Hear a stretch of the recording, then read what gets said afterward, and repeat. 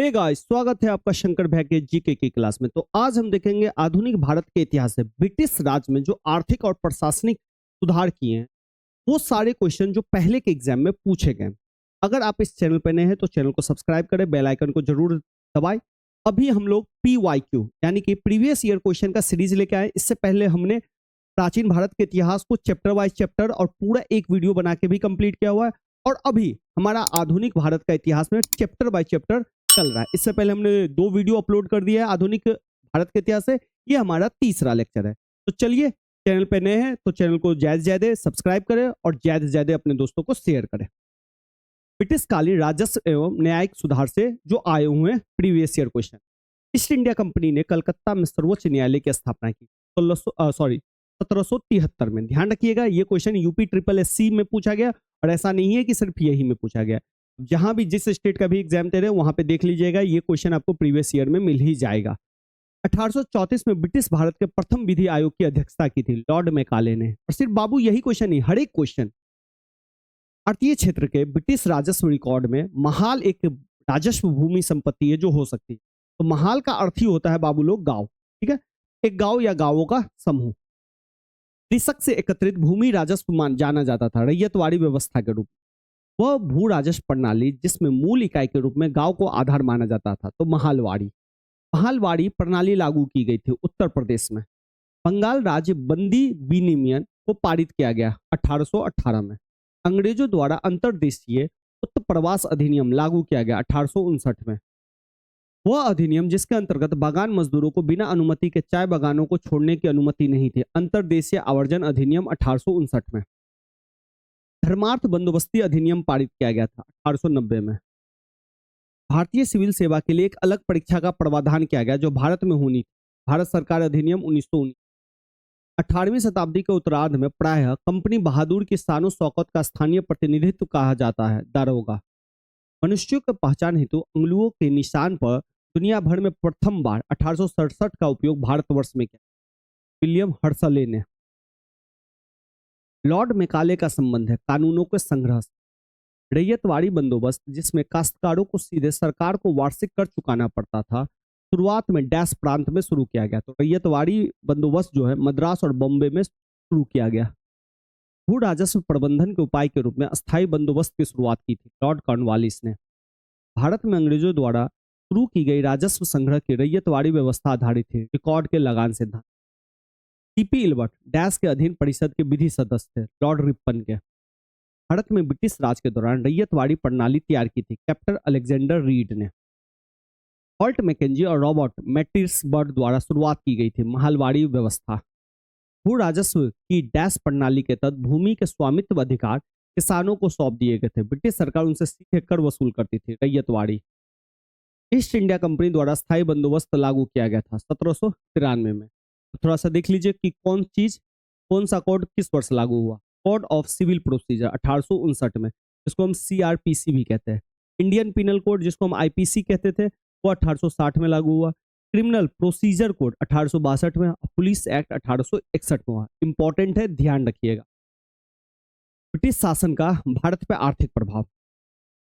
वर्ष 1854 में भारत की पहली कपास मिल की स्थापना कताई मिल के रूप में की गई थी बंबई में। भारत में इंग्लैंड को धन निकासी का सिद्धांत देने वाला पहला राष्ट्रवादी था दादा भाई नौरोजी। औपनिवेशिक काल में भारत के व्यापार की सबसे महत्वपूर्ण विशेषता थी निर्यात अधिशेष। 1853 में बंबई और ठाणे के बीच पहली बार ट्रेन द्वारा तय की गई दूरी लगभग 34 किलोमीटर थी। ब्रिटिश भारत के डैश प्रांत में राजस्व एकत्रित करने की रैयतवाड़ी प्रणाली लागू की गई। तो दक्षिण भारत में ब्रिटिश औपनिवेशिक सरकार द्वारा मॉन्टफोर्ड सुधार रिपोर्ट प्रस्तुत की 18 में। 1859 में कोलकाता में पहली जूट मिल लगाई गई थी रिसरा में। सबसे पहले धन निकासी का सिद्धांत प्रतिपादित किया गया दादा भाई नौरोजी ने। 1850 में अंग्रेजों ने डैश की अवधारणा पेश की जिसने भारतीय अर्थव्यवस्था की संरचना को प्रभावित किया। रेल परिवहन। पहले नगर निगम की स्थापना 1688 में डैश के पूर्व प्रेसिडेंस टाउन में ब्रिटिश काल के दौरान की गई मद्रास।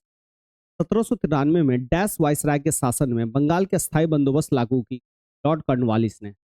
भारत में पहली रेलवे लाइन का परिचालन किया गया था 1853 में। वर्ष 1793 में बंगाल, बिहार और उड़ीसा में डैश शुरू की गई थी अस्थायी बंदोबस्त। ईस्ट इंडिया कंपनी द्वारा वर्ष डैश में अस्थायी बंदोबस्त को अमल में लाया गया? 1793 में। 1853 में अंग्रेजों द्वारा भारत के लिए किए गए सबसे महत्वपूर्ण योगदानों में से एक, जिसने लोगों को लंबी दूरी की यात्रा करने में सक्षम बनाया, रेल मार्ग। डैश में शुरू की गई नई राजस्व प्रणाली को रैयतवाड़ी बंदोबस्त के रूप में जाना जाता है, बॉम्बे डेक्कन। दादा भाई नौरोजी वर्ष डैश में यूनाइटेड किंगडम में हाउस ऑफ कॉमन्स के पहले भारतीय सदस्य बने, 1892 में। डैश ने 1867 में भारत के प्रति व्यक्ति आय की गणना की और उसके अपनी किताब poverty and un-British rule of India में प्रकाशित किया, दादा भाई नौरोजी। और यह बुक बहुत इंपॉर्टेंट है, ध्यान रखिएगा। Poverty and un-British rule of India के लेखक भी कौन है? दादा भाई नौरोजी। स्वतंत्रता से पूर्व भारत में गरीबी की अवधारणा पर चर्चा करने वाला सर्वप्रथम व्यक्ति थे दादा भाई नौरोजी। 1818 में भारत की पहली कपड़ा मिल डैश के पास फोर्ट ग्लास्टर में स्थापित की गई, कलकत्ता में। भारत में अंग्रेजों द्वारा यात्रियों के लिए रेलवे की शुरुआत 1853 में की गई, लॉर्ड डलहौजी टाइम का वायसराय था। सन 1853 में डैश तक यातायात के लिए पहले रेल मार्ग को खोला गया था, तो बॉम्बे से ठाणे तक पहला रेलगाड़ी चला। भारत में पहली यात्री रेलगाड़ी डैश राज्य में शुरू, महाराष्ट्र में। बॉम्बे डेक्कन में पहली राजस्व बंदोबस्ती का संचालन 1820 में हुआ। अस्थायी बंदोबस्त लागू होने के समय वर्धमान का राजा था केशचंद। स्वतंत्रता प्राप्ति के पूर्व भारत का सर्वप्रथम जूट बंगाल में स्थापित किया गया था। चंपारण सत्याग्रह से पहले चंपारण के किसान पंचकठिया प्रणाली को अपनाते थे, जिसमें 1 बीघा भूमि के 5 कट्ठों में बोया जाता था नील। वर्तमान के पश्चिम उत्तर प्रदेश, मध्य प्रदेश और पंजाब के कुछ हिस्सों में 1830 में को शुरू किया गया था, तो महलवाड़ी व्यवस्था। रैयतवाड़ी व्यवस्था शुरू की 1820 में। रैयतवाड़ी व्यवस्था डैश, बम्बई और मद्रास में शुरू।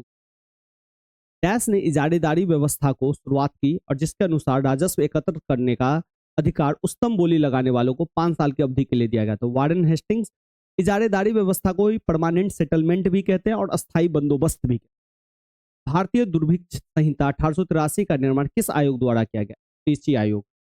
18वीं शताब्दी के पूर्वार्ध में बंगाल से निर्यात होने वाली सबसे महत्वपूर्ण वस्तुएं थी सोडा, कच्चा रेशम, चीनी, अफीम। 1918 में भारतीय उद्योग आयोग के सदस्य के रूप में किसने अपनी रिपोर्ट अलग से प्रस्तुत? M.R. जयकर ने। भारत में आधुनिक राष्ट्रीय आंदोलन के विकास के उत्तरदायी कारण नहीं था भारत में राजनीतिक विविधता।